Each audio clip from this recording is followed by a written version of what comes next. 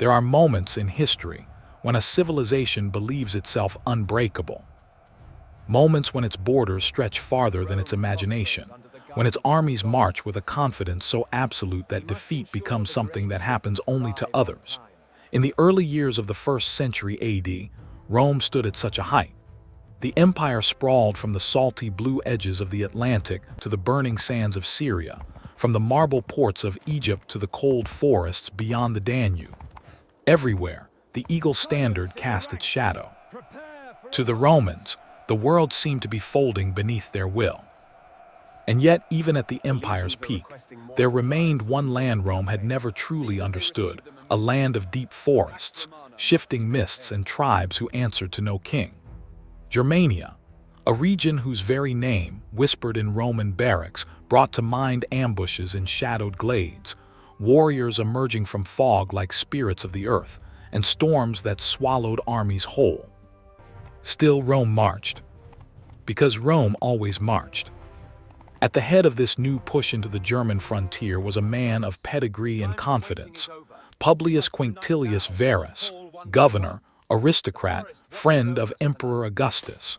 He believed Germania was on the brink of becoming Roman, tamed through roads, taxes, laws, and the heavy presence of 3 full legions. He believed the tribes were ready to bend the knee. He believed peace was close at hand. But Varus did not yet understand the forest.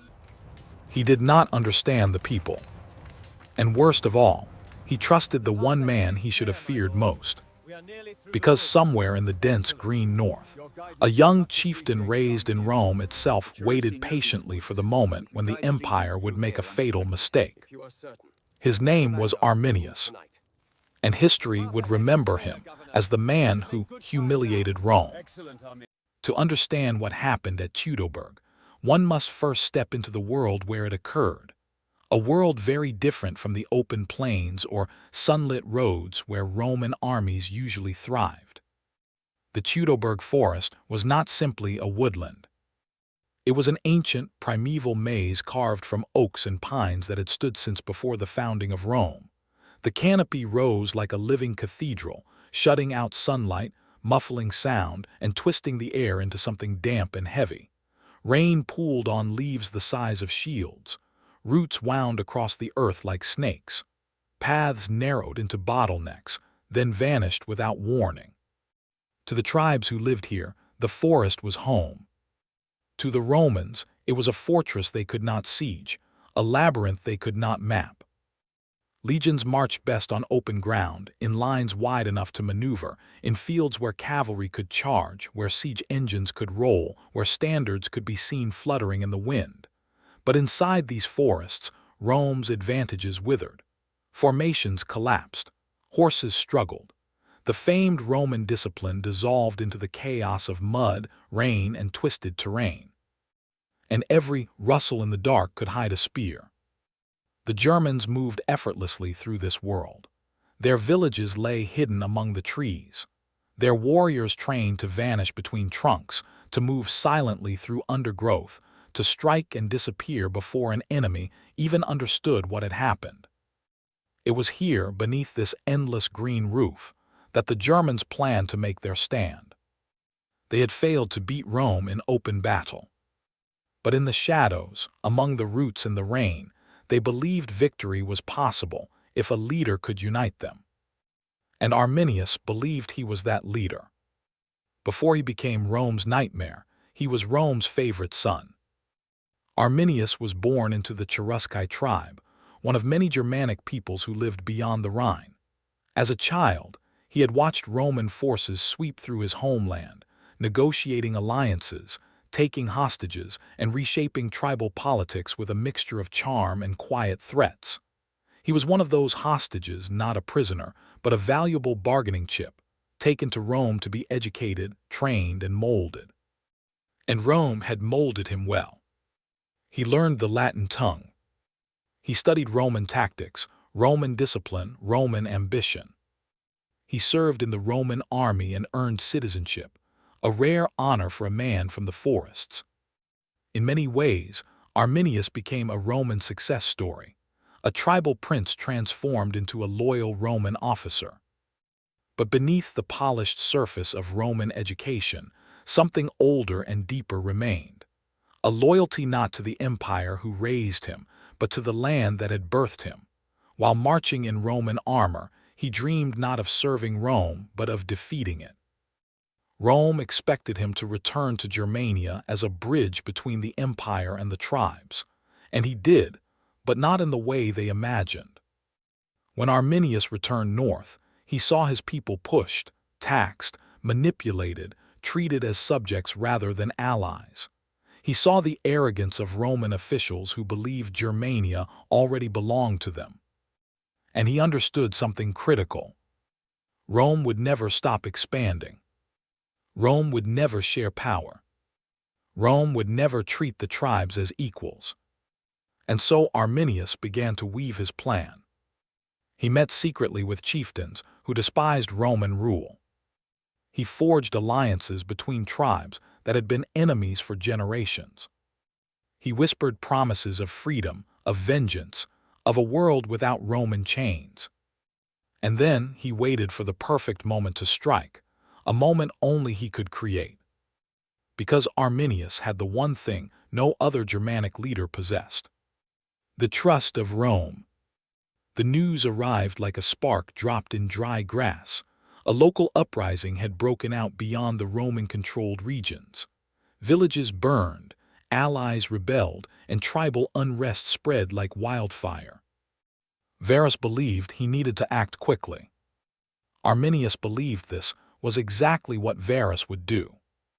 The governor mobilized his forces, 3 full legions, thousands of auxiliaries, hundreds of cavalry.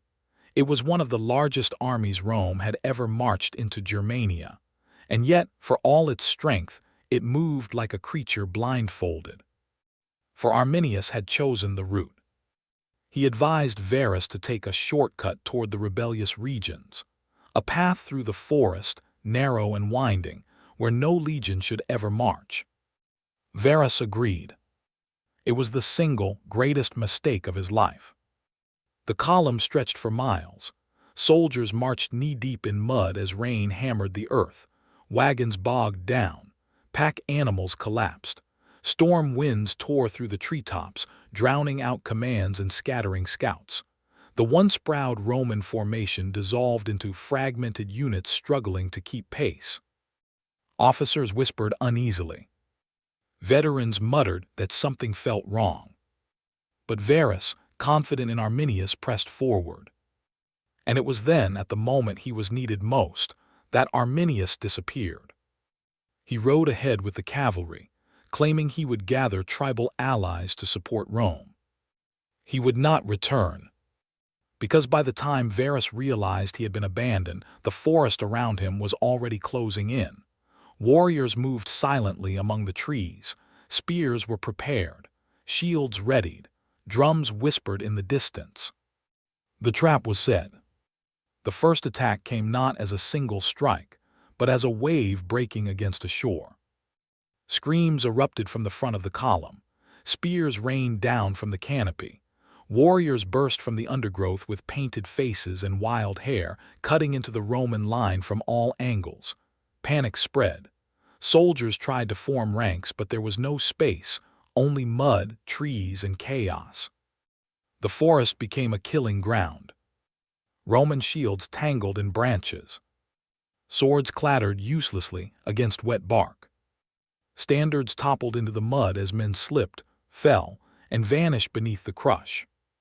And above the storm, above the cries and the thunder, came a voice that seemed to echo from every direction. For Germania. The Germans fought not as an army but as a storm unleashed. Their blows came from all sides, then vanished. They struck the baggage train, the cavalry rear, the exposed flank. Every attempt Varus made to rally his troops collapsed under the weight of terrain and terror. Night fell. The rain grew heavier. And still the Germans pressed. For 3 days the ambush continued. 3 days of running battles, collapsing formations, desperate retreats. Varus burned his wagons to lighten the march. Commanders tried to hack paths through the forest. Groups of legionaries huddled behind makeshift barricades, made of fallen trees and broken shields. But nothing stopped the tide. Every hill became a trap, every glade a killing field. And Arminius, the man they had once called friend of Rome, led each assault with ruthless precision. By the end of the third day, the Roman legions had ceased to be an army. They were a broken mass of exhausted survivors, hunted through a forest that seemed alive with enemies. And the worst was yet to come. Surrounded, outmaneuvered, out of hope, Varus looked upon the remnants of his legions, men who had marched with pride now reduced to shattered, blood-streaked figures covered in mud. Officers pleaded for orders. Some begged for a final breakout attempt. Others whispered the unthinkable, surrender. But Varus knew surrender was impossible. The Germans would not spare them. Arminius would not spare him. And so, in an act both tragic and deeply Roman, Varus chose death over capture. He fell upon his own sword, ending his life and sealing the fate of the battle. His officers followed him, one by one, a grim procession into oblivion. With their leaders gone, the legions collapsed entirely. Groups of survivors made desperate escapes, but few reached the safety of Roman forts along the Rhine. When the battle finally ended, more than 15,000 Roman soldiers lay dead across the forest. The eagle standards, the sacred symbols of Roman power, were taken as trophies. Rome had not suffered a defeat. Rome had suffered a humiliation. News traveled slowly toward the empire's heart, and when word reached Emperor Augustus, the man who had carved order from civil war, who had turned Rome into an empire, who believed the frontier secure, he was said to have torn his robes, crying out, "Varus, give me back my legions." But the legions were gone, destroyed, swallowed by a forest that had no interest in Roman glory. Arminius became a hero to his people, a symbol of resistance, a man who proved Rome was not invincible. And though Rome would return to Germania with fire and fury, they would never fully reclaim what was lost that day. For in the Teutoburg Forest, beneath ancient trees older than memory, the empire learned a painful truth. Even the greatest power in the world can be brought low by trust misplaced, by terrain misunderstood, and by a single man who knew Rome's strengths and its weaknesses better than Rome itself.